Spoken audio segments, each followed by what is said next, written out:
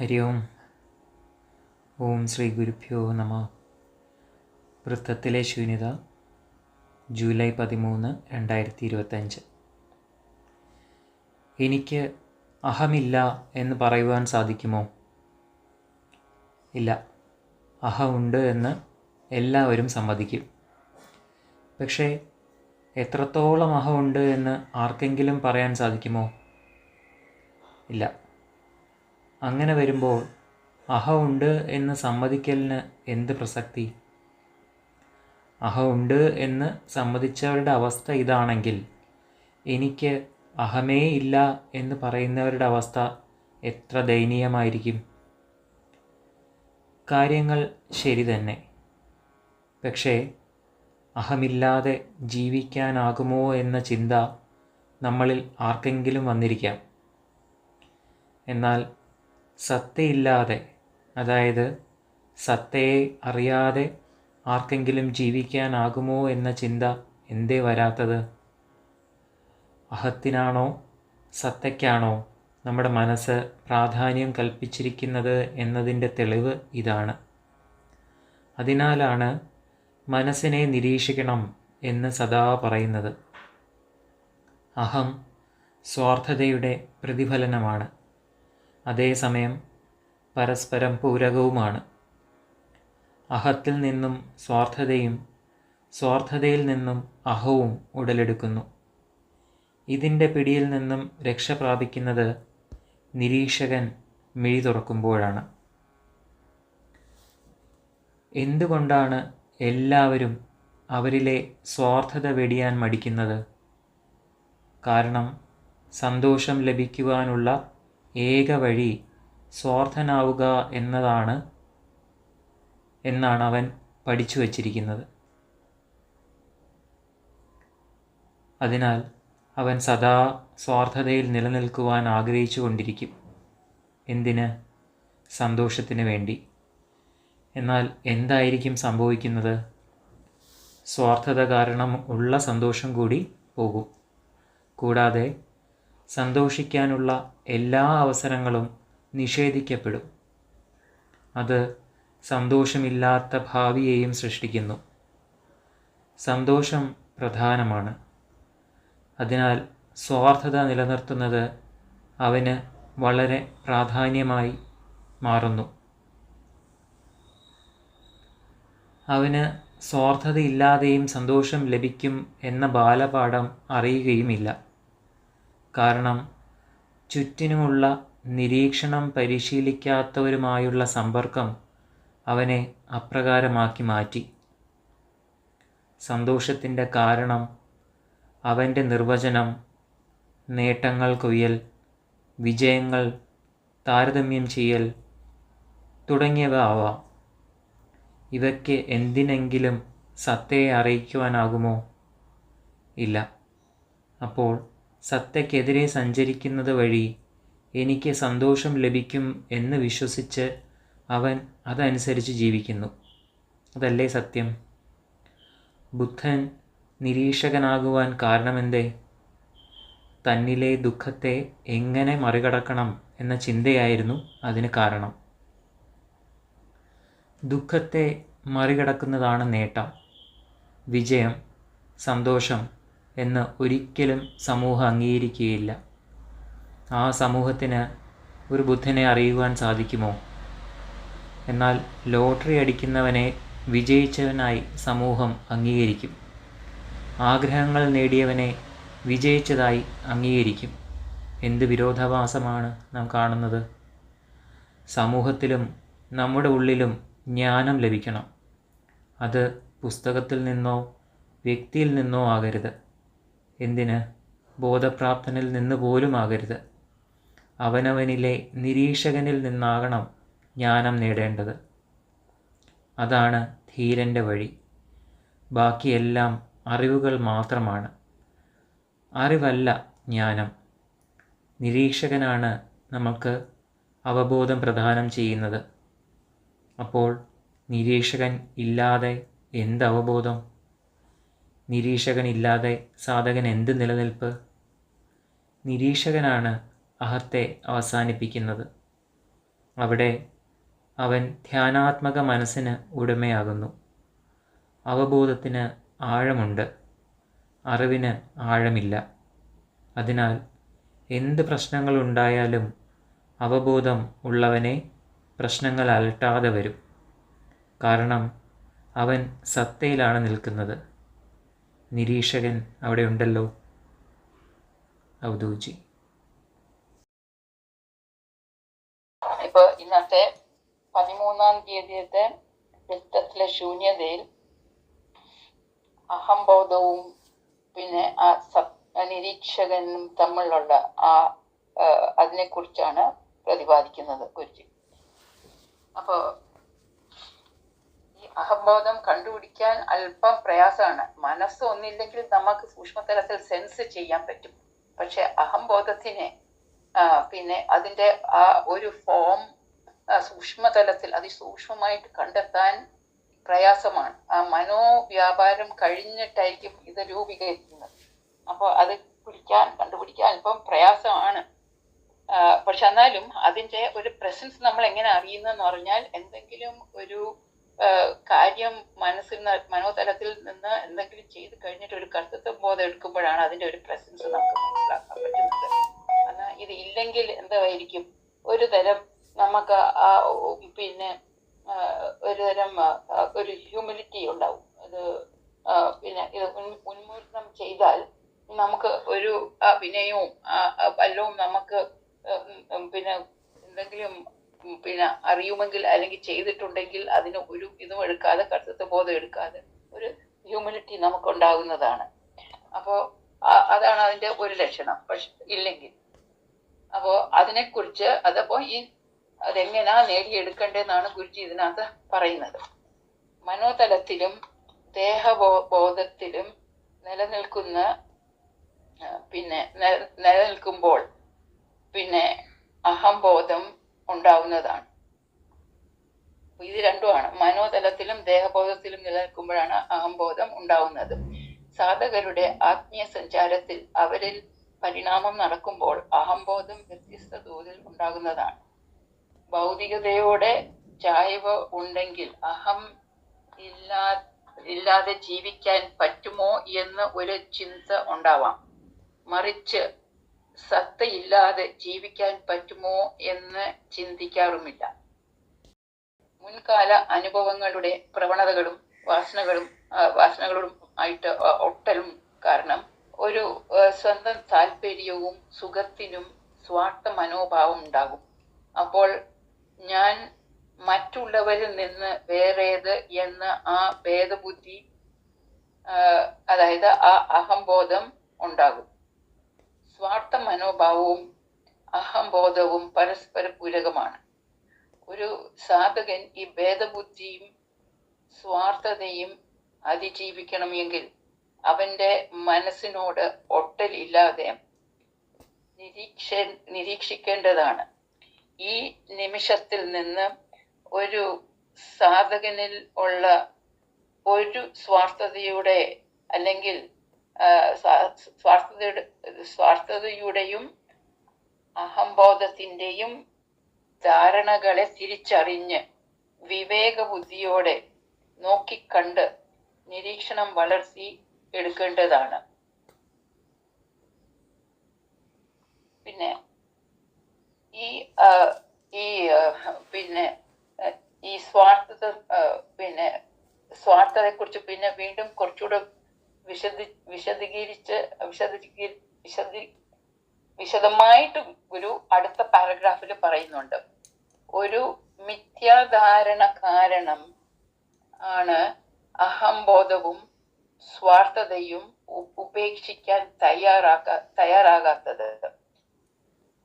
അവന്റെ ആ ദേഹസുഖത്തിനും മനോസുഖത്തിനും സ്വാർത്ഥന അയാളുടെ ഉള്ളു സന്തോഷം കിട്ടുക എന്നൊരു തോന്നൽ അവനെ സദാ ആ ഒരു സെൽഫിഷ് മോഡിൽ നിൽക്കുവാൻ പ്രേരിപ്പിക്കും.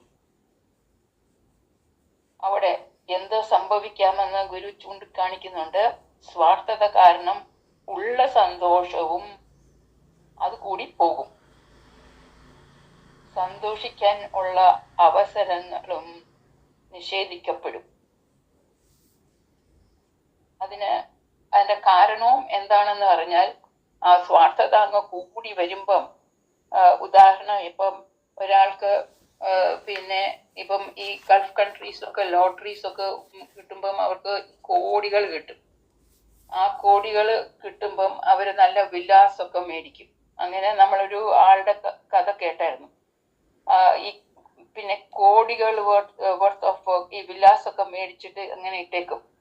അത് വിൽക്കാൻ പിന്നെ ഉടനെ വിറ്റാൽ അതിനൊരു വില കിട്ടും. പക്ഷെ ഇതിങ്ങനെ വെച്ചോണ്ട് കുറച്ചുകൂടെ വില കൂടുമെന്നും പറഞ്ഞിങ്ങനെ ഇട്ടിട്ട് അവസാനം വരുമ്പം അത് വിൽക്കാൻ ചെന്നപ്പം അതിന്റെ ആ വില ഇടിഞ്ഞ് ആ കിട്ടേണ്ട ആ ലാഭം കിട്ടാതെ വന്നപ്പം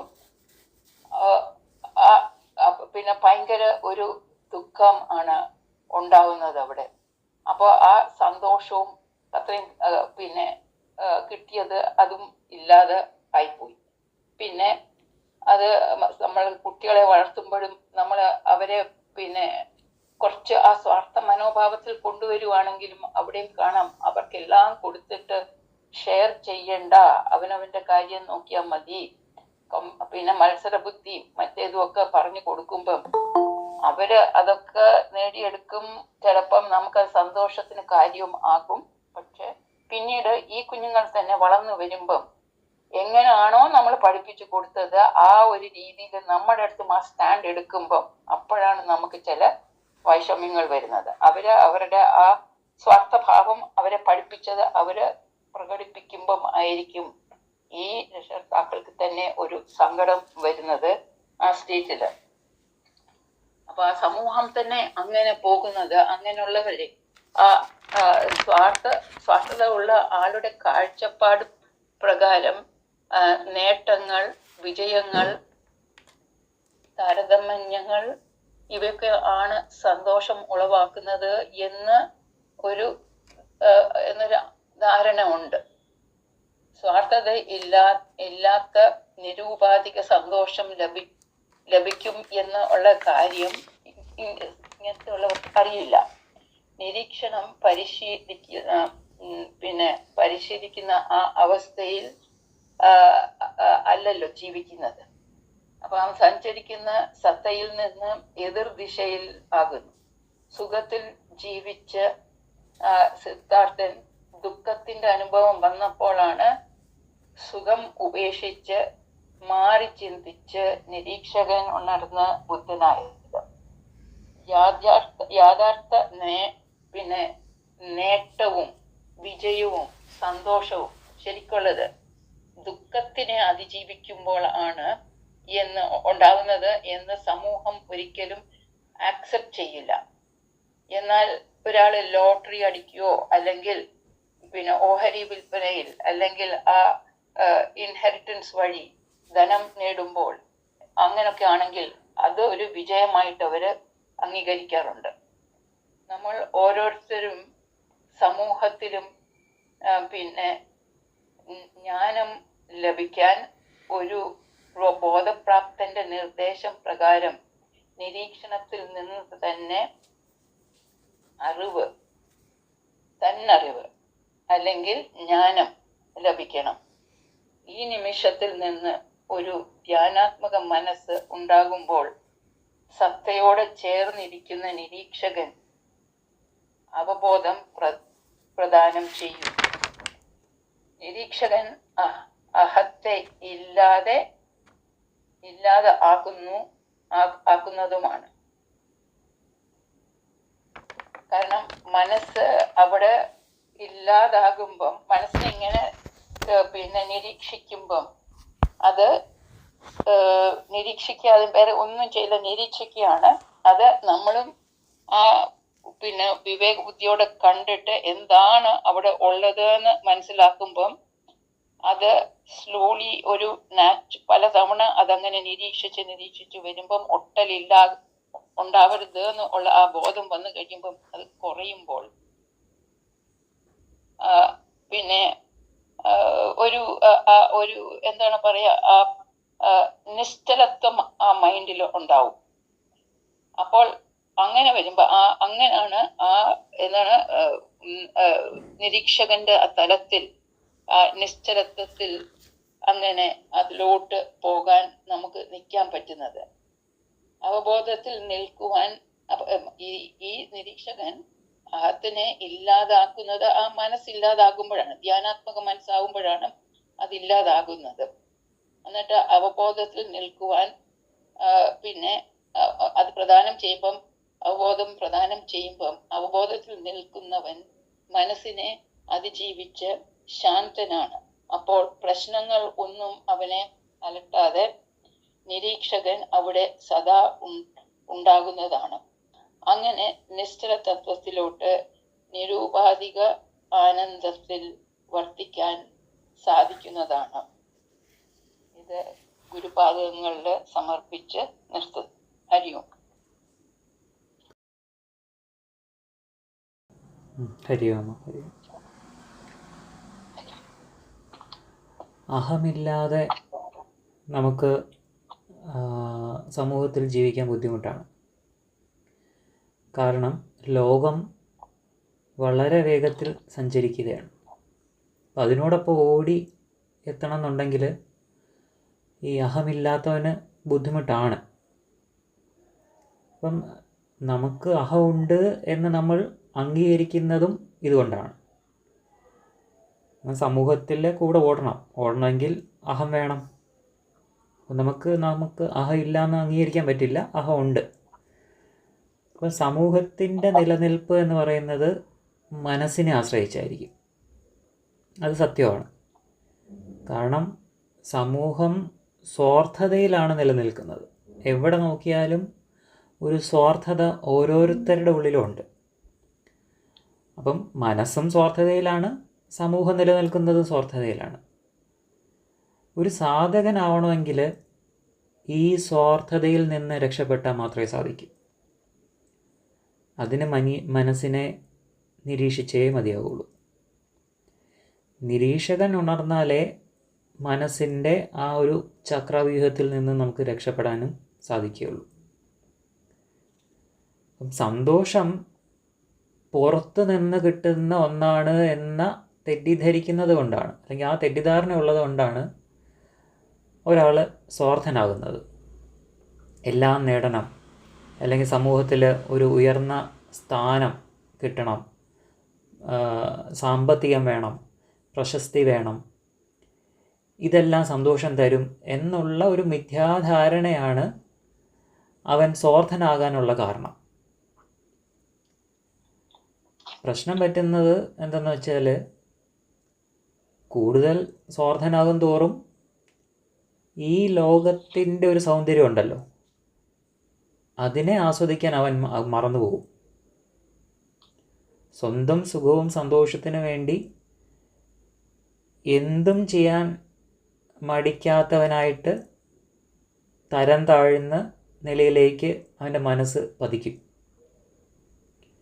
അപ്പം ഇതൊന്നും അവനെ അവൻ്റെ സത്തയിലേക്ക് എത്തിക്കുന്നില്ല എന്ന ബോധം പോലും അവനില്ലാതെ വരുന്നു. മനസ്സിനോടൊപ്പം ജീവിച്ചാലേ അവന് സന്തോഷം സുഖവും ലഭിക്കുകയുള്ളൂ എന്ന് ചിന്തിച്ചവൻ സത്തയിൽ നിന്ന് അകലുന്നു. എന്നാൽ ഇതൊക്കെ അവനെ തീരാ ദുഃഖങ്ങളിലേക്കാണ് എത്തിക്കുന്നത് എന്നുള്ള സത്യം അവൻ തിരിച്ചറിയുന്നുമില്ല. കാരണം അവർ കൂടുതൽ മനസ്സിൻ്റെ ഈ ചതിക്കുഴിയിലേക്ക് ആഴത്തിൽ പതിക്കുകയാണ്. അപ്പം നമ്മുടെ ഇടയിൽ ഒട്ടേറെ മഹാത്മാക്കൾ ജീവിക്കുന്നുണ്ട്. അപ്പം ഇവരെ സമൂഹം അംഗീകരിക്കാത്തതിൻ്റെ കാരണവും ഇത് തന്നെയാണ്. ദുഃഖം ഈ മഹാത്മാക്കളെ സ്പർശിക്കുന്നില്ല.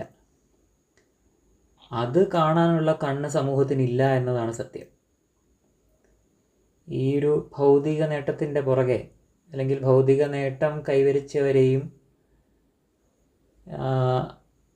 അത്തരത്തിൽ ഉള്ളവരെ മാത്രമേ സമൂഹം വിജയിച്ചവരായിട്ട് അംഗീകരിച്ചിട്ടുള്ളൂ. സാമ്പത്തികമായിട്ട് നല്ല ഉയർച്ചയിലും, അല്ലെങ്കിൽ അങ്ങനത്തെ ഇതിലുള്ളവരെ മാത്രമേ വിജയിച്ചവർ എന്നുള്ള രീതിയിൽ സമൂഹം എപ്പോഴും അംഗീകരിച്ചിട്ടുള്ളൂ. കാരണം സമൂഹം എന്നത് സ്വാർത്ഥതയുടെ ഒരു പതിപ്പ് തന്നെയാണ്. അതുകൊണ്ടാണ് അങ്ങനെ അവർ ചിന്തിക്കുന്നത്. അവിടെ ഈ നിസ്വാർത്ഥരായ മഹാത്മാക്കളെ കാണാൻ അല്ലെങ്കിൽ ഒരു വിലയും അവർ കാണില്ല. സ്വയം നിരീക്ഷണം ചെയ്ത് ആർജിച്ച തിരിച്ചറിവ് കൊണ്ടാണ് മഹാത്മാക്കളുടെ അതാണ് ആ മഹാത്മാക്കളുടെ സമ്പത്തെന്ന് പറയുന്നത്. സ്വയം നിരീക്ഷണം ചെയ്ത് ലഭിച്ച തിരിച്ചറിവാണ്. അപ്പോൾ ആ അനുഭവത്തിലേക്കാണ് അല്ലെങ്കിൽ ആ അവബോധത്തിലേക്കാണ് അല്ലെങ്കിൽ ആ അവബോധത്തിലാണ് അവർ ജീവിച്ച് കാണിച്ചു തരുന്നത്. സാധകൻ സ്വയം നിരീക്ഷണം ചെയ്ത് ഈ മഹാത്മാക്കളുടെ അനുഭവങ്ങളെ തിരിച്ചറിയുകയാണ് ചെയ്യുന്നത്. ഇവർ ജീവിച്ച് കാണിച്ചു തരുന്ന ഇവരുടെ ആ ഒരു തലത്തിലേക്ക് സാധകൻ ഉയർന്ന് വരികയാണ് ചെയ്യുന്നത്. കാരണം അവരങ്ങനെയാണ് ജീവിച്ച് കാണിച്ചു തരുന്നത്. നമുക്ക്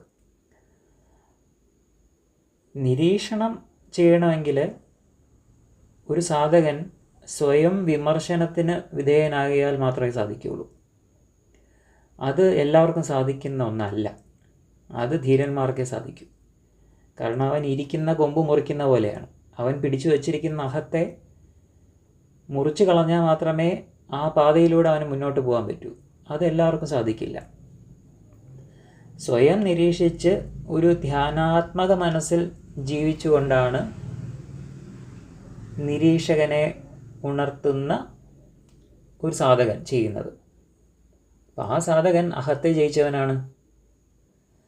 അങ്ങനെയുള്ള സാധകനിൽ ജ്ഞാനസാഗരമായിരിക്കും നിറഞ്ഞിരിക്കുന്നത്. അവിടെ ബന്ധങ്ങളില്ലാത്ത സത്തയോടൊപ്പം നിലനിൽക്കുന്ന നിരീക്ഷകൻ മാത്രമേ ഉണ്ടാവുള്ളൂ. ഹരി ഓം, ഹരി ഓം, ഹരി ഓം. ഹരി ഓം. ഓം ശ്രീ ഗുരുഭ്യോ നമഃ. ഇന്നത്തെ വൃത്തത്തിലെ ശൂന്യതയിൽ അഹവും സ്വാർത്ഥതയും സൃഷ്ടിക്കുന്ന പ്രശ്നങ്ങൾ, തടസ്സങ്ങളെ കുറിച്ചാണ് വിശദീകരിച്ചിരിക്കുന്നത്. നമുക്കറിയാം, നമ്മളെല്ലാം അഹത്തിലാണ് നിൽക്കുന്നത്. എന്നാൽ നമ്മളത് അതിന്റെ ദോഷങ്ങളെ കുറിച്ച് തിരിച്ചറിയുന്നില്ല. ബോധപ്രാപ്തനായ ഒരു ഗുരു പറഞ്ഞു തരുമ്പോഴാണ് നമ്മൾ അഹത്തെ പിടിച്ചുകൊണ്ടാണ് നിൽക്കുന്നത് എന്ന കാര്യം മനസ്സിലാവുന്നത്. ഇനി മനസ്സിലാക്കിയാലും നമ്മൾ അഹത്തിൽ നിന്ന് പിടിവിടുന്നില്ല. കാരണം മനസ്സിന് അഹമില്ലാതെ പ്രവർത്തിക്കാൻ കഴിയില്ല. അതുകൊണ്ട് മനസ്സ് അഹത്തെ ചേർത്ത് പിടിച്ചിരിക്കുന്നു. നമ്മൾ നമ്മളുടെ അഹത്തെ സംരക്ഷിക്കുമ്പോഴാണ് സുഖവും സന്തോഷവും ലഭിക്കുക എന്ന് മനസ്സ് വ്യാഖ്യാനിച്ച് വെച്ചിരിക്കുകയും ചെയ്തിരിക്കുന്നു. അപ്പോൾ നമ്മൾ മനസ്സിന്റെ തലത്തിൽ നിൽക്കുമ്പോൾ മനസ്സ് പറയുന്നത് മാത്രമേ നമ്മൾ കേൾക്കൂ. എന്നാൽ ഗുരു പറയുന്നത് എന്താണ്? ഗുരു അഹത്തെ കരിക്കുവാനാണ് പറയുന്നത്. കാരണം അഹത്തെ പിടിച്ചിരിക്കുന്നിടത്തോളം കാലം ആ സാധകന് തന്റെ സാധനയാത്ര തുടങ്ങുവാൻ പോലും കഴിയുന്നില്ല എന്നതാണ് സത്യം. അഹത്തെ കരിക്കാനുള്ള മാർഗങ്ങളും ഗുരുജി പറഞ്ഞു തന്നിട്ടുണ്ട്. കഴിഞ്ഞ കുറച്ച് ദിവസം മുമ്പുള്ള ഒരു പുസ്തകത്തിലെ ശൂന്യതയിൽ ഗുരുജി പറഞ്ഞു തന്ന ഒരു കാര്യമാണ് ഇവിടെ ഓർമ്മ വരുന്നത്. അതായത്, നമ്മൾ ഭൂമിയുടെ ഒരു ചെറിയ കോണിൽ ജീവിക്കുന്നു. ഭൂമിയുടെ വലിപ്പവുമായി തട്ടിച്ചു നോക്കുമ്പോൾ നമ്മൾ ഒന്നുമേ അല്ല. ഇനി ഭൂമി ഉൾപ്പെടുന്ന സൗരയൂഥവും അതിനെ ഉൾക്കൊള്ളുന്ന ഗാലക്സികളും അനേക കോടി ഗാലക്സികൾ അടങ്ങുന്ന ഈ പ്രപഞ്ചത്തിന്റെ വലിപ്പവും നമ്മൾക്ക് ഊഹിക്കാൻ പോലും കഴിയുന്നില്ല. എന്നിട്ടും ഈ പ്രപഞ്ചത്തിൽ വളരെ അതിസൂക്ഷ്മമായ, അതായത് ഒരു അണു മാത്രമായ നമ്മളിലെ അഹം പറയുന്നത് ഞാനാണ് കേമൻ. അപ്പോൾ ആ ബോധം, പ്രപഞ്ചത്തെ കുറിച്ചുള്ള ശരിയായ ഒരു അവബോധം ഇല്ലായ്മയാണ് നമ്മളിൽ ഈ അഹം ഇങ്ങനെ നിലനിൽക്കാൻ കാരണം എന്ന് നമുക്ക് മനസ്സിലാക്കാം. പക്ഷെ പ്രപഞ്ചബോധത്തിൽ നിൽക്കുന്ന ഗുരു അഹത്തിന്റെ അർത്ഥശൂന്യത നമ്മൾക്ക് കാട്ടിത്തരുന്നുണ്ട്. ഒരു ഉദാഹരണം പറയുകയാണെങ്കിൽ, ഈ പ്രകൃതി ഇല്ലാതെ മനുഷ്യന് ഒരു നിമിഷം പോലും നിലനിൽക്കാൻ കഴിയില്ല എന്ന ആ കാര്യവും ഗുരുജി ഓർമ്മിപ്പിക്കുന്നുണ്ട്. അതായത്, നമ്മുടെ ഈ ശരീരവും മനസ്സും ബുദ്ധിയും ചിത്തവും പ്രാണനും അറിയുവാനുള്ള കഴിവും എല്ലാം ഈശ്വരന്റെ ദാനമാണ്. ഈ പ്രകൃതിയിലെ എല്ലാ സമ്പത്തുകളും ഈശ്വരന്റെ ദാനമാണ്. അതൊന്നുമില്ലാതെ നമ്മൾക്ക് നിലനിൽപ്പേ ഇല്ല. എന്നിട്ട് നമ്മൾ ഈശ്വരനെ മറന്നുകൊണ്ട് അഹങ്കരിക്കുന്നു. അത് വെറും നന്ദിയില്ലായ്മയാണ്. നമ്മൾ ജീവിച്ചിരിക്കുന്ന ഓരോ നിമിഷവും നമ്മൾ ഈശ്വരനോടും പ്രകൃതിയോടും മാതാപിതാക്കളോടും ഗുരുവിനോടും കടപ്പെട്ടിരിക്കുന്നു. ആ കൃതജ്ഞത എപ്പോഴും നിലനിർത്തിയാൽ അഹത്തിന്റെ പൊള്ളത്തരം മനസ്സിലാക്കാൻ സാധിക്കും. ഈ ഒരു നിരീക്ഷണം കൂടി സാധകൻ ചെയ്യേണ്ടതാണ്. തന്റെ നിലനിൽപ്പ് എങ്ങനെയാണ്, എന്റെ നിലനിൽപ്പിന് സഹായിക്കുന്നത് ആരൊക്കെയാണ്, എങ്ങനെയാണ് എനിക്കിവിടെ നിലനിൽക്കാൻ കഴിയുന്നത്, ഇങ്ങനെയുള്ളൊക്കെ നിരീക്ഷണം ഒരു സാധകൻ നടത്തുമ്പോൾ അവനൊരു മാറ്റം അവൻ്റെ ഉള്ളിൽ ഉണ്ടാകും. ഈ ഗുരു നിരന്തരം ഇത് ഓർമ്മിപ്പിച്ചിട്ടും നമ്മൾ അഹത്തിനെ പിടിവിടുന്നില്ലെങ്കിൽ അത് നമ്മുടെ നന്ദിയില്ലായ്മ തന്നെയാണ്. നന്ദിയില്ലായ്മ നമ്മളെ സ്വാർത്ഥരാക്കുന്നു. അഹവും സ്വാർത്ഥതയും പരസ്പര പൂരകങ്ങളാണെന്ന് ഗുരുജി ഇവിടെ ചൂണ്ടിക്കാട്ടുന്നുണ്ട്. അത് തിരിച്ചറിയുവാൻ ഉള്ളിലെ നിരീക്ഷകൻ ഉണരണം. കാരണം സ്വാർത്ഥതയുള്ളവന് ഒരിക്കലും ഒരു സാധകനാകാൻ കഴിയുകയില്ല. അപ്പൊ മനസ്സും അഹവും സ്വാർത്ഥതയും എല്ലാം അജ്ഞാനത്തിന്റെ ഉൽപ്പന്നങ്ങളാണ്, അറിവില്ലായ്മയുടെ ഉൽപ്പന്നങ്ങളാണ്. ഗുരു ആണെങ്കിൽ എപ്പോഴും ആത്മജ്ഞാനത്തിന്റെ വെളിച്ചമാണ് നമുക്ക് പകർന്നു തരുന്നത്. എന്നിട്ടും നമ്മൾ സ്വാർത്ഥത കൈവിടുന്നില്ല. കാരണം സ്വാർത്ഥത നിലനിർത്തുവാൻ നമ്മൾ ഗുരുവചനങ്ങളെ പോലും വിസ്മരിക്കുവാൻ തയ്യാറാവുന്നു എന്നുള്ളതാണ്. കാരണം ഇവിടെ സ്വാർത്ഥതയാണ് സന്തോഷം നിലനിർത്തുവാനുള്ള ഏക പോംവഴി എന്നതാണ് സമൂഹം നൽകുന്ന സന്ദേശം. കാരണം സമൂഹം പൊതുവെ ഭൗതികതയിൽ മാത്രം നിൽക്കുന്നതാണ്. ആത്മീയത പൊതുവെ സമൂഹത്തിൽ പൊതുവായിട്ട് കണ്ടുവരുന്ന ഒരു പ്രവണതയല്ല. വളരെ അപൂർവം ചില ഗുരുക്കന്മാർ മാത്രമേ ഈ ആത്മീയത അല്ലെങ്കിൽ ആത്മജ്ഞാനം പകർന്നു നൽകാൻ ഉള്ളൂ.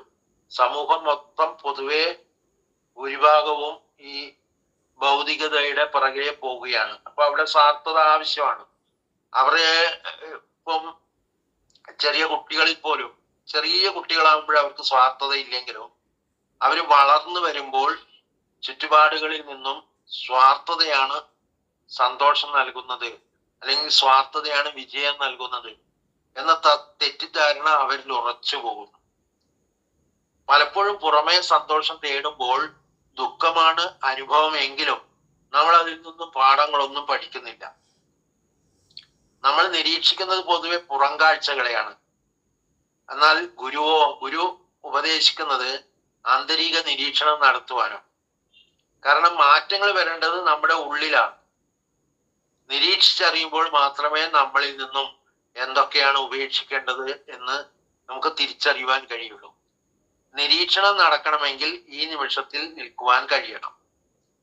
സമൂഹത്തിൽ അത് നടക്കുന്നില്ല. പല പല തെറ്റിദ്ധാരണകളിലൂടെയും ആണ് സമൂഹം ഒഴുകി നീങ്ങുന്നത്. ആ ഒഴുക്കിന് എതിരെ നീന്തുവാനാണ് സാധകൻ പരിശ്രമിക്കുന്നത്. അതുകൊണ്ട് അവനെ അതുവരെ വെച്ചിരിക്കുന്ന പല ധാരണകളെയും ഒഴിവാക്കേണ്ടി വരും. എല്ലാവർക്കും അത് കഴിഞ്ഞെന്ന് വരില്ല. അപ്പൊ തൻ്റെ ഉള്ളിലുള്ള പരിമിതികൾ അല്ലെങ്കിൽ ഒഴിവാക്കേണ്ട ഗുണങ്ങൾ എന്തൊക്കെയാണ് അത് തിരിച്ചറിഞ്ഞ് അത് ഒഴിവാക്കാൻ തയ്യാറായാൽ മാത്രമേ അസാധകന് മുന്നോട്ട് പോകാൻ കഴിയൂ. അപ്പൊ അവൻ ചിലപ്പോ ആ സമൂഹത്തിൽ തന്നെ ഒറ്റപ്പെട്ടേക്കാം. കാരണം ഈ ദുഃഖത്തെ മറികടക്കുന്നതാണ് നേട്ടവും വിജയവും സന്തോഷവും എന്ന സത്യത്തെ സമൂഹം ഒരിക്കലും അംഗീകരിക്കില്ല. സമൂഹത്തിന്റെ കാഴ്ചപ്പാട് ഒരു സാധകന്റെ കാഴ്ചപ്പാട് നേർ വിപരീത ദിശയിലാണ്. അപ്പൊ ഇവിടെ ഗുരുക്കന്മാർ നിസ്വാർത്ഥമായി ആത്മജ്ഞാനം പകർന്ന് തന്ന് ആനന്ദത്തിൽ നിലനിന്ന് സാധകരുടെ ഇടയിൽ ത്യാഗങ്ങൾ സഹിച്ച് ജീവിച്ചുകൊണ്ട് മാതൃകയാകുന്നു. പക്ഷെ അത് സമൂഹം പൊതുവെ അംഗീകരിക്കുകയോ അറിയുകയോ ചെയ്യുന്നില്ല.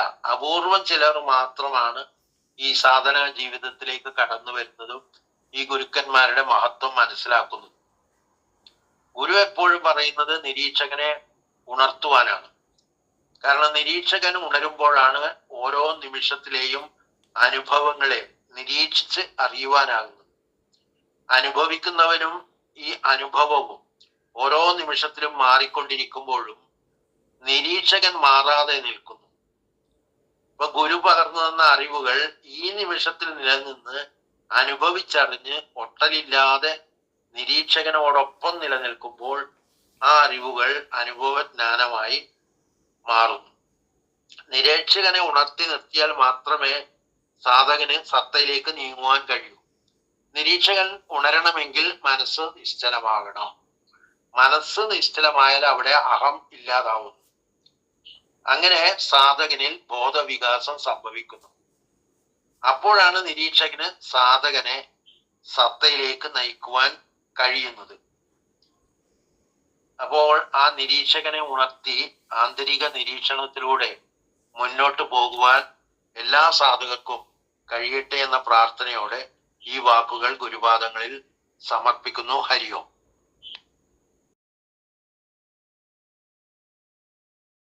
ഹരിയോം. ഓം ശ്രീ ഗുരുഭ്യോ നമഃ. അപ്പം ഇന്നത്തെ വൃത്തത്തിലെ ശൂന്യതയുടെ ആഹത്തിനെ പറ്റിയാണ് കൂടുതൽ സ്ട്രെസ് ചെയ്ത് പറഞ്ഞിരിക്കുന്നത്. ഒരാളോട് നമ്മൾ ചോദിക്കുകയാണ്, നിനക്ക് നീ എന്ന ഭാവം ഉണ്ടോ, അല്ലെങ്കിൽ നീയിൽ അഹം വർദ്ധിക്കുന്നുണ്ടോ എന്ന് ചോദിച്ചാൽ ഇല്ല എന്നേ പറയുള്ളൂ. അത് ലോക സ്വഭാവമാണ്. ഇപ്പൊ ഒരാളോട് സുഖമാണോ എന്ന് ചോദിച്ചാൽ ദുഃഖമാണെങ്കിലും സുഖമാണെന്നേ പറയുള്ളൂ. എന്തുകൊണ്ട്? അതൊരു ലോക സ്വഭാവമായി മാറിയിരിക്കുന്നു. കാരണം ദുഃഖമുണ്ടെന്നറിഞ്ഞാൽ തന്നോട് ചോദിച്ചാൽ സന്തോഷിക്കുമല്ലോ, അങ്ങനെ സന്തോഷിക്കണ്ട എന്ന് പറയുന്ന പോലെയാണ്. എന്നിൽ അഹം നിലനിൽക്കുന്നുണ്ടോ എന്ന് ചോദിച്ചാൽ ഇല്ലെന്നേ പറയുള്ളൂ. കാരണം നമ്മൾ ഒരിക്കലും അഹത്തിനെ പോയിന്റ് ഔട്ട് ചെയ്ത് ഇല്ല, എന്നിൽ അഹമില്ല, പക്ഷെ മറ്റുള്ളവർക്ക് എന്ത് അഹമാണ് എന്നുള്ളതാണ് എപ്പോഴും സംസാരിക്കാറുള്ളത്. ഇവിടെ നമ്മൾ മനസ്സിലാക്കേണ്ടത് അഹം സൂക്ഷ്മഭാവത്തില് അങ്ങേയറ്റം നിലകൊള്ളുന്നു എന്നുള്ളതാണ് ചിന്തിക്കേണ്ടത്. എന്തുകൊണ്ട് അങ്ങനെ പറഞ്ഞാൽ, ഇപ്പൊ നമ്മൾ പറയും എൻ്റെ മനസ്സ് എത്ര വിശാലമാണ്, പക്ഷേ ഈ അഹം പോലും ഈ മനസ്സ് പോലും അഹത്തിന്റെ കളിപ്പാവയാണ് എന്ന് പറയാൻ, അഹം എത്രത്തോളം വർദ്ധിക്കുന്നോ അത്രത്തോളം മനസ്സ് ചുരുങ്ങിയാണ് ചെയ്യുന്നത്. സത്യത്തിൽ വിശാലമാകുന്ന മനസ്സിന്റെ ഹൃദയ വിശാലതയെ പറ്റിയൊക്കെ നമ്മൾ കാവ്യാത്മകമായിട്ടൊക്കെ കേട്ടിട്ടുണ്ട്. എന്ത് വിശാലതയാണ് ആ മനസ്സിന് എന്നൊക്കെ പറയും. പക്ഷെ ഒരുവനില് അഹം ഉയർന്നു പൊങ്ങുമ്പോൾ സംഭവിക്കുന്നതാണ് അവന്റെ ഹൃദയം പോലും മനസ്സ് ചുരുങ്ങുകയാണ് ശരിക്കും ചെയ്യുന്നത്. മനസ്സ് ശുഷ്കിച്ച് അവസ്ഥയിൽ നിലകൊള്ളും. അപ്പൊ ഇതാണ് ശരിക്കും ഈ ലോകത്തില് കൂടുതൽ കാണുന്നുള്ളത്. കാരണം സ്വാർത്ഥതയുടെ ലോകമാണ്, അവനവന്റെ കഴിവിന്റെ ലോകമാണെന്ന് ആരും പറയുന്നില്ല. പക്ഷെ സ്വാർത്ഥതയുടെ ലോകമാണ് എന്നാണ് എല്ലാവരും വിചാരിച്ചിരിക്കുന്നത്. കാരണം എന്തും പിടിച്ചടക്കണം. സമൂഹത്തില് ഒരു ബോധപ്രാപ്തിന് വില കിട്ടാത്തത് എന്തുകൊണ്ടാണ്?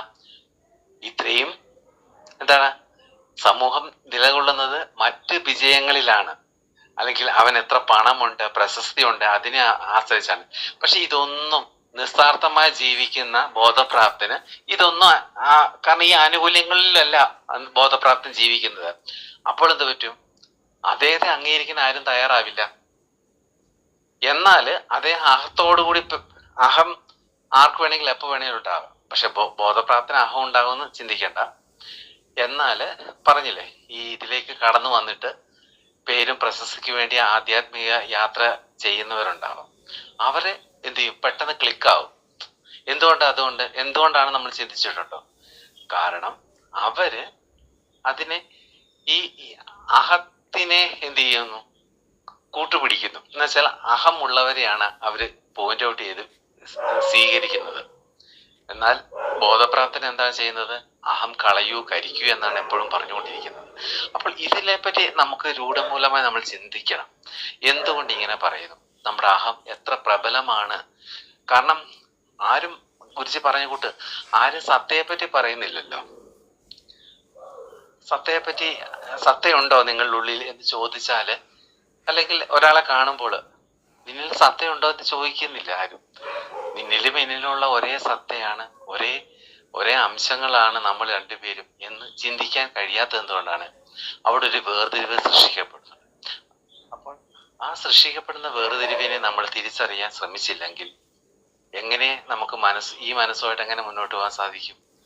കാരണം അഹത്തിലൂടെ ആ വേർതിരിവിനെ തിരിച്ചറിയാൻ നമുക്ക് സാധിക്കുന്നില്ല.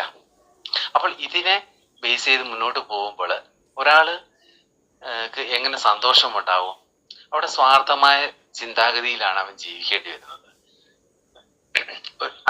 അതുപോലെ ഗുരുജി പോയിന്റ് ഔട്ട് ചെയ്ത് പറഞ്ഞിട്ടുണ്ട്, നമ്മൾ ശേഖരിച്ചു വെച്ച അറിവുകൾ നമുക്ക് ഗുണപ്പെടുകയില്ല. കാരണം നമ്മൾ അന്നുള്ള സത്യത്തിൽ വിശ്വസിച്ച് മുന്നോട്ട് പോകണമെന്നാണ് സാധകൻ പോകണമെന്ന് പറയുന്നുണ്ട്. അപ്പൊ ഒരു കഥ നമ്മൾ പറയാം, കേട്ടിട്ടുള്ളതാണ്, ഗുരുജി പറഞ്ഞിട്ടുള്ള കഥയാണ്.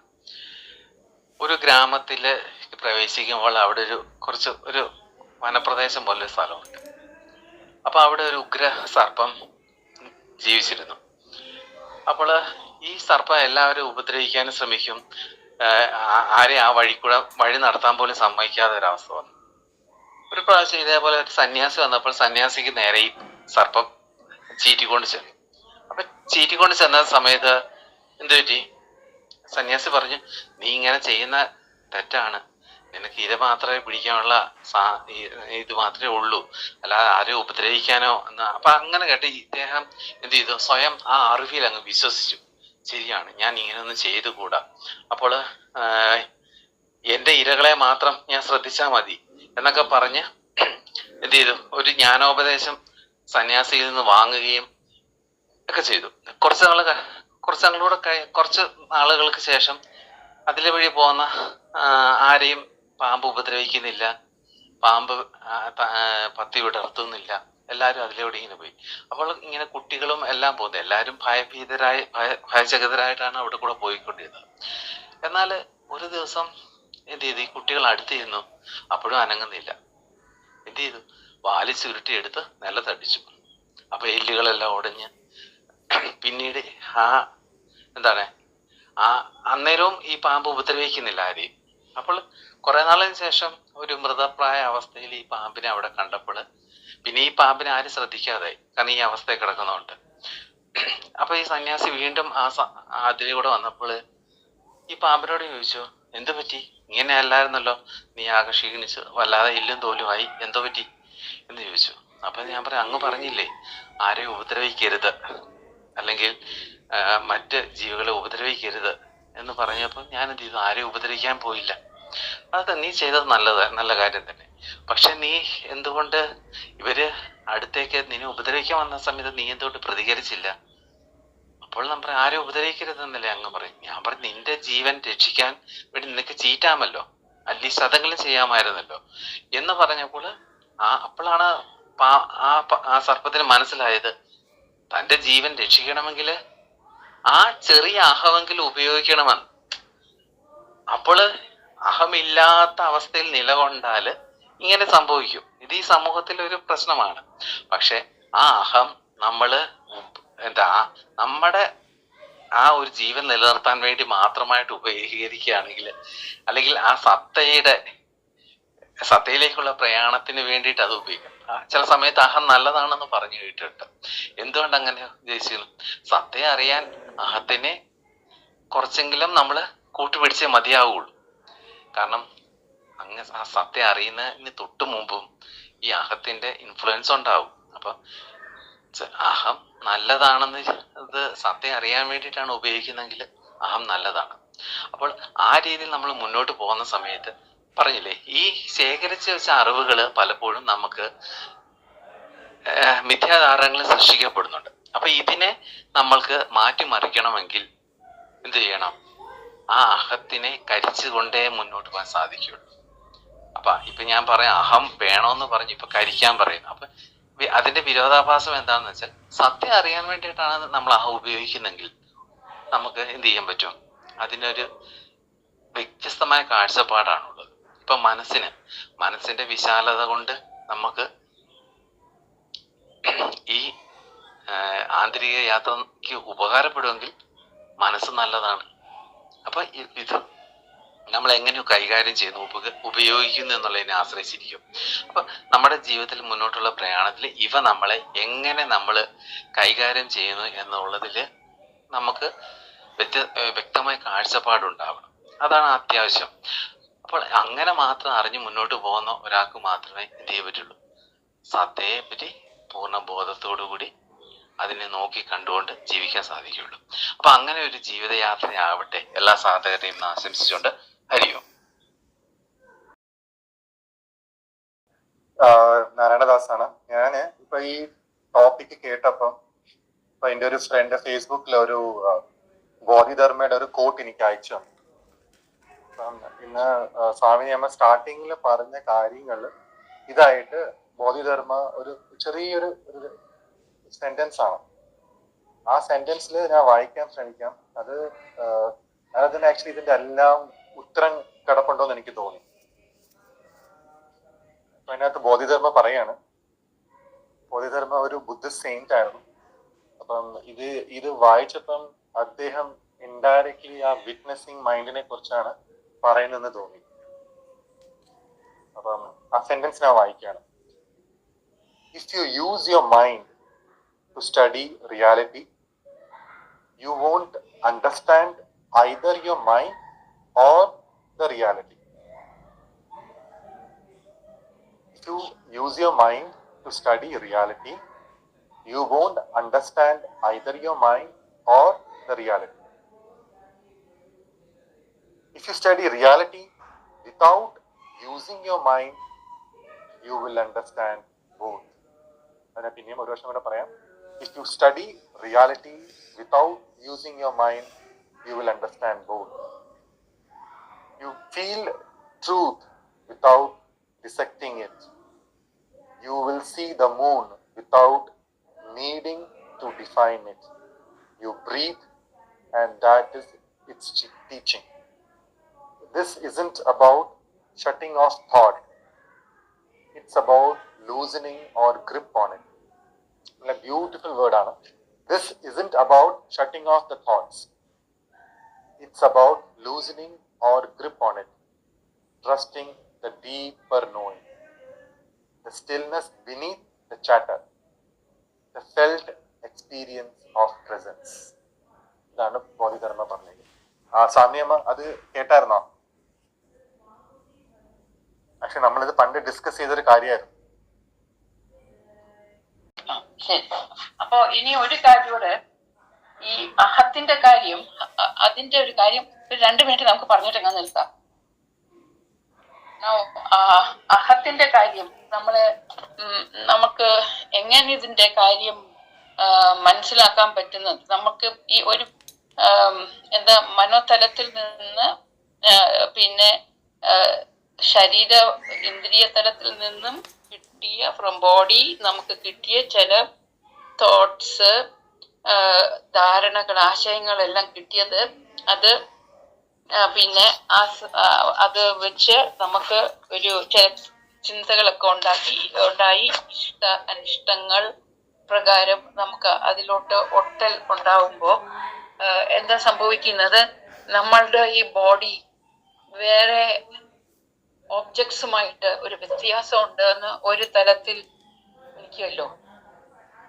അപ്പൊ അങ്ങനെ വരുമ്പോ ആ ഗ്രോസ് ബോഡിയുടെ തലത്തിൽ ഞാനൊരു ബോഡി, മറ്റേത് വേറെ ഒരു ബോഡി, ആ തലത്തിലായിരിക്കും നമ്മൾ ആദ്യം നിൽക്കുന്നത്.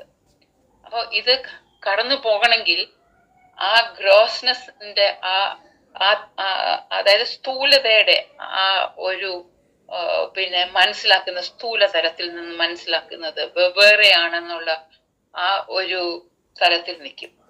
അങ്ങനെ വരുമ്പം വേറെ ആയിട്ട് നിൽക്കുന്നു. പിന്നീട് നമ്മൾ ഗുരു ഒരു ബോധപ്രാപ്തന്റെ അടുത്ത് വരുമ്പോഴാണ് നമുക്ക് മനസ്സിലാവും നമ്മുടെ ഐഡന്റിറ്റി ഇവിടെ അല്ല വേണ്ടേ. മനസ്സ് മാത്രമല്ല, ബോധതലത്തിൽ മൈൻഡും ആകരുത്. അങ്ങനെ വരുമ്പോൾ നമ്മൾ ആ ഗ്രോസ്നെസ്സിൽ നിന്ന് നമ്മൾ, അതായത് ആ സ്ഥൂലതയിൽ നിന്ന് നമ്മൾ ആ സൂക്ഷ്മതലത്തില് വ്യാഖ്യാനത്തിലോട്ട് വരുമ്പോൾ ആണ് മനസ്സിനകത്തെ ഓരോരോ കാര്യം, അത് നമുക്ക് ഗുരുജി പറയുന്ന ആന്തരിക നിരീക്ഷണം പറയുമ്പോൾ നമ്മൾ ആ തലത്തിലോട്ട് പോകുമ്പോൾ നമുക്ക് നമ്മുടെ ബോഡി തന്നെ അവിടെ നിൽക്കേണ്ടതല്ല, അത് സെപ്പറേറ്റ് ആണ് എന്ന ഒരു ധാരണയിലോട്ട് എത്തും. ആദ്യം നമ്മുടെ ബോഡി മറ്റേ ബോഡീസിൽ നിന്ന് വേറെ ആയിരുന്നു. പിന്നെ നമ്മൾ അകത്തോട്ട് പോയപ്പം ഗുരു നിർദ്ദേശപ്രകാരം പിന്നെ നമ്മുടെ ബോഡിയിൽ നിന്നും തന്നെ നമ്മൾ അകന്നിട്ട് നമ്മൾ നമ്മുടെ സൂക്ഷ്മ തലത്തിലുള്ള ആ മനോതലത്തിൽ പോയി. അപ്പോ നമ്മുടെ ആ അഹംബോധം ബോഡി തലത്തിൽ നിന്ന് മാറിയിട്ട് മനോതലത്തിലോട്ട് പോകും. അപ്പോ അങ്ങനെ വരുമ്പോ ബോഡി എന്റെ വേറേതാണ് എന്നും പറഞ്ഞ് നമ്മളങ്ങനെ പോകുന്നത് നിഷേധിക്കുന്നു, അല്ലാതെ അപവാദം എന്ന് പറയും, എതിർക്കുന്നു. ദെൻ അപ്പൊ അങ്ങനെ വരുമ്പോ ഒരു മെന്റൽ ബീയിങ് ആകുന്നു നമ്മള്. അതാണ് പിന്നെ ആ ഈഗോയ്ക്ക് ഉള്ള അഹംഭാവത്തിന്റെ ഒരു ഇത് കുറയും, ഡെൻസിറ്റി കുറയും ആ തലത്തിലെത്തുമ്പോ. ദെൻ ആ മെന്റൽ സ്റ്റാൻഡിൽ നിൽക്കുന്നു. പിന്നെ ഗുരു നമ്മളോട് പറയും ആ മെന്റൽ കാര്യം പിന്നെ ഏത് തലത്തിൽ നിൽക്കണം, മറ്റേ തലത്തിൽ നിൽക്കാൻ, നിരീക്ഷകന്റെ തലത്തില്. അതായത് റിയൽ ഐന്റെ അടുത്ത് നിൽക്കുന്ന വിവേക ബുദ്ധി ഉപയോഗിച്ച് ഇതിനെ നിരീക്ഷിക്കണം എന്ന് പറയും. അപ്പൊ അങ്ങനെ വരുമ്പം ക്രമേണ ആ മൈൻഡ് നിശ്ചലമാകുകയാണെങ്കിൽ ആ മെന്റൽ ബീയിങ്ങിൽ നിന്ന് നമ്മൾ പിന്നെയും കുറച്ചുകൂടെ മാറും. അപ്പൊ ഈഗോയുടെ ആ ഡെൻസിറ്റി പിന്നെയും കുറയും. അങ്ങനെ വരുമ്പം പിന്നെ എന്താ സംഭവിക്കുന്നത്, അങ്ങോട്ട് മാറി മാറി പോകുമ്പോ നമ്മൾ ആ സത്യത്തോട് അടുക്കുന്നു എന്ന് പറഞ്ഞാൽ കോൺഷ്യസ്നെസ്, ഇപ്പം പറഞ്ഞില്ലേ, ഇന്നത്തെ ടോക്കിൽ പറഞ്ഞു നിരീക്ഷകൻ അവബോധ പ്രദാനം ചെയ്യുന്നു എന്ന് പറഞ്ഞാൽ അവയർനെസ് കൂടും. നമുക്ക് അവയർനെസ് കൂടുമ്പം ആ മൈൻഡിന്റെ ആ മൈൻഡ് എന്ന് പറയുന്ന തലത്തിൽ നിന്നും നമ്മൾ മാറുമ്പോൾ ഈഗോയുടെ ആ ഡെൻസിറ്റി കുറച്ചുകൂടെ കുറയും.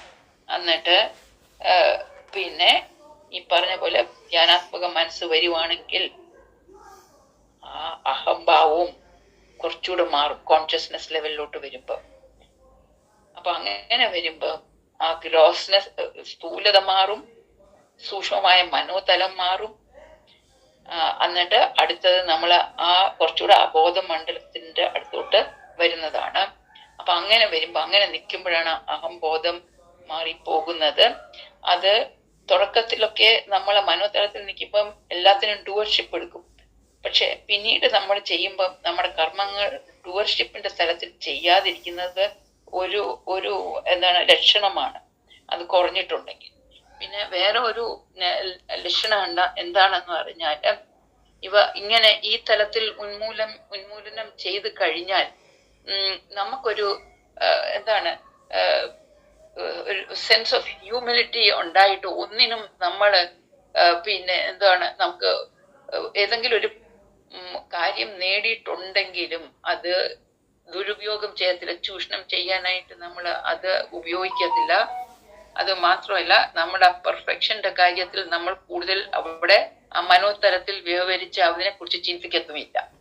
അതൊക്കെ തള്ളിക്കളയും. ആ മൈൻഡ് ഇല്ലാതെ വരുമ്പോ ഈ വക കാര്യങ്ങളും ഇല്ലാതെ വരുമ്പോ, അങ്ങനെ വരുമ്പോഴാണ് നമുക്ക് ഈ പിന്നെ അഹം ഇല്ലാതെ വരുന്നത്. അപ്പൊ തീർച്ചയായിട്ടും നമുക്ക് ഈ പിന്നെ എന്താണ് നിരീക്ഷണം ചെയ്യണമെന്ന് അത്യാവശ്യമാണ്. കാരണം അതാണ് പിന്നെ നമ്മുടെ ആ സ്ഥൂലതയും സൂക്ഷ്മതയും നിന്നും കടന്നു വരാൻ നമ്മളെ, അതായത് നമ്മൾ പഠിക്കുള്ള 2-3 പിന്നെ നമുക്ക് ഇതുണ്ടല്ലോ, എന്താണ് മനോമയ കോശം, അന്നമയ കോശം വിട്ടിട്ട് മനോമയ കോശം വിട്ടിട്ട് മറ്റേ ആ കോസ്റ്റൽ ബോഡിയിലോട്ട് അതിലോട്ട് വിജ്ഞാനമയ കോശത്തിലോട്ട് പോകുന്ന ആ ഒരു തലത്തിലോട്ട് മാറി മാറി അങ്ങോട്ട് ആ തലത്തിലോട്ട് പോകുമ്പോ ഈ അഹംബോധം കുറഞ്ഞു വരുന്നതാണ്. ഇത്രയേ ഉള്ളൂ പറയാനുണ്ട്. ഹരിയോ. കാരണം അത് ഒരു അല്പം പാടാണ് അഹത്തിന്റെ കാര്യം മനസ്സിലാക്കാൻ. കാരണം അതിനെ നമുക്ക് സെൻസ് ചെയ്യാൻ അല്പം പാടാണ്. അത് ഗുരുജിയോട് നമുക്ക് ചോദിക്കണം. ഈ പ്രാവശ്യം നമ്മൾ പോകുമ്പം പിന്നെ ചില കാര്യങ്ങൾ നമ്മൾ ചോദിക്കാൻ കുറിച്ചിട്ടിട്ടുണ്ട്. അത് ഇപ്പോഴും ഞാൻ ഓർക്കുന്നുണ്ട്. സായി ചോദിച്ചൊരു ചോദ്യം പണ്ട് ഓർക്കുന്നുണ്ടോ? ദാറ്റ് ഗാഠനിദ്ര പിന്നെ സമാധി ഇത് രണ്ടിലും വ്യത്യാസം ഉണ്ടോ? നമ്മൾ അത് ഇപ്പോഴും ചോദിച്ചിട്ടില്ല. അത് സായി ഒന്ന് ഓർത്തോണം, നമുക്കത് ചോദിക്കേണ്ടതാണ്. അപ്പോൾ ഇത്രയും പറഞ്ഞിട്ട് നിർത്തുന്നു. ഹരിയോ.